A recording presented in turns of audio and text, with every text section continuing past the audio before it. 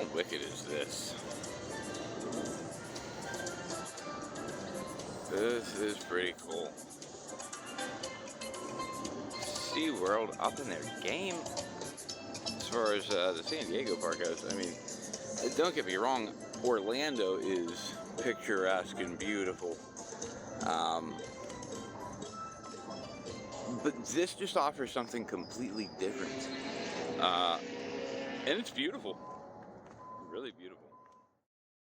SeaWorld San Diego, located in, well, San Diego, California.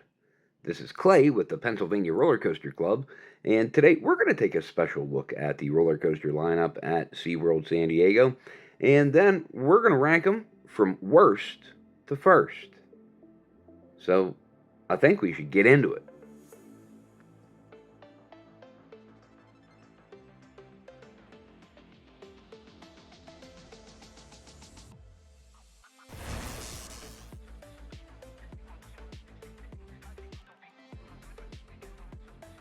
As you can probably tell from the opening scene, Kristen and I had an opportunity to spend a couple days at SeaWorld San Diego at the beginning part of 2024.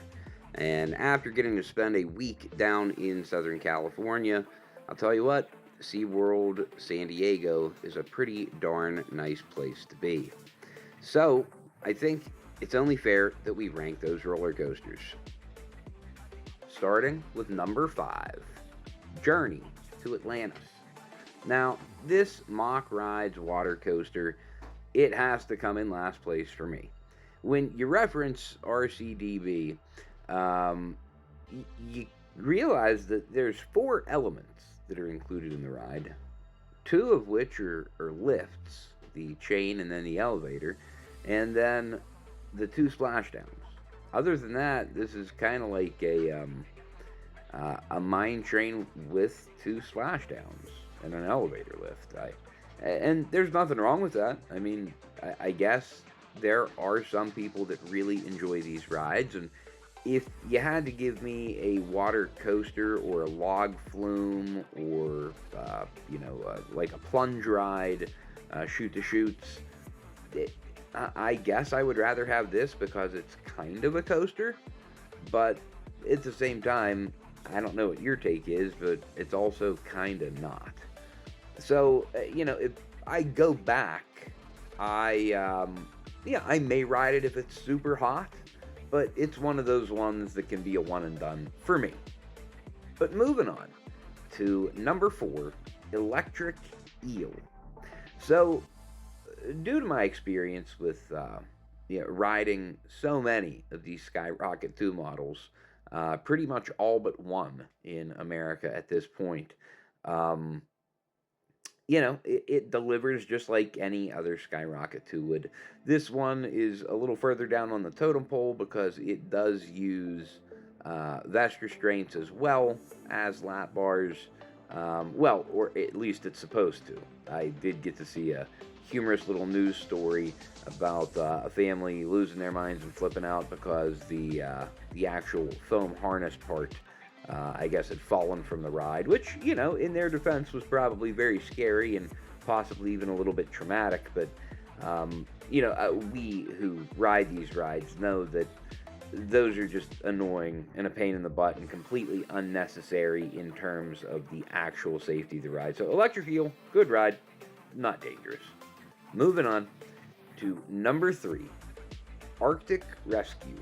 So when Kristen and I were there, like I said, it was the very beginning of 2024, and Arctic Rescue, opening in 23, was kind of like the new to-do.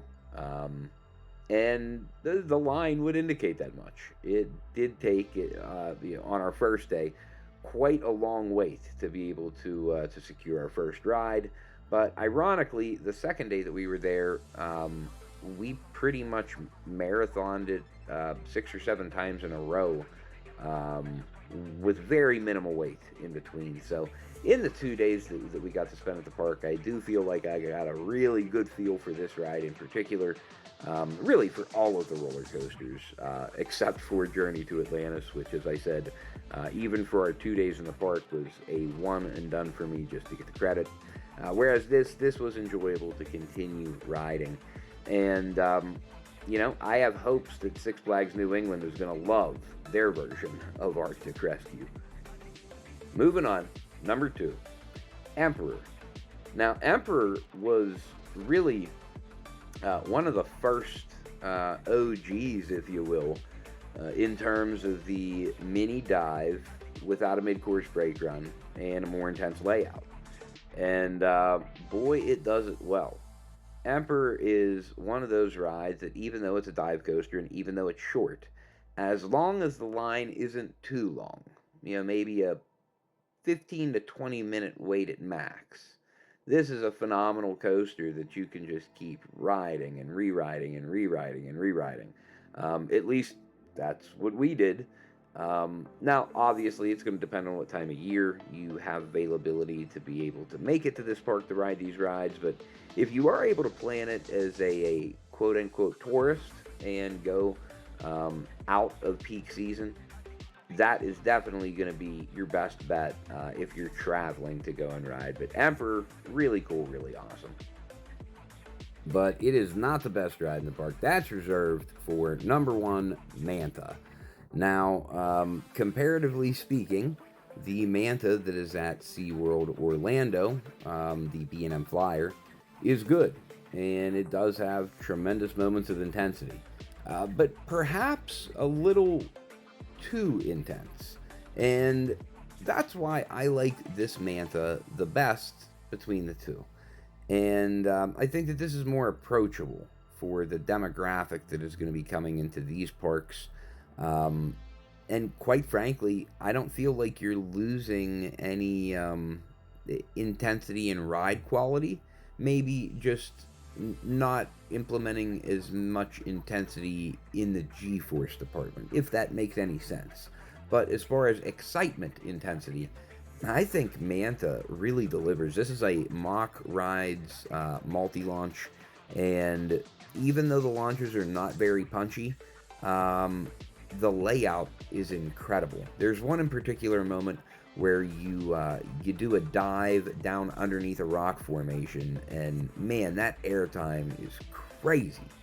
But guys, let me know below. Have you been to SeaWorld San Diego? If you have, how do you rank the roller coasters there? Are you one of the folks that thinks that Emperor might be the best ride in the park? Very well could be. But thank you guys so much for watching, and until next time, we'll see you out there.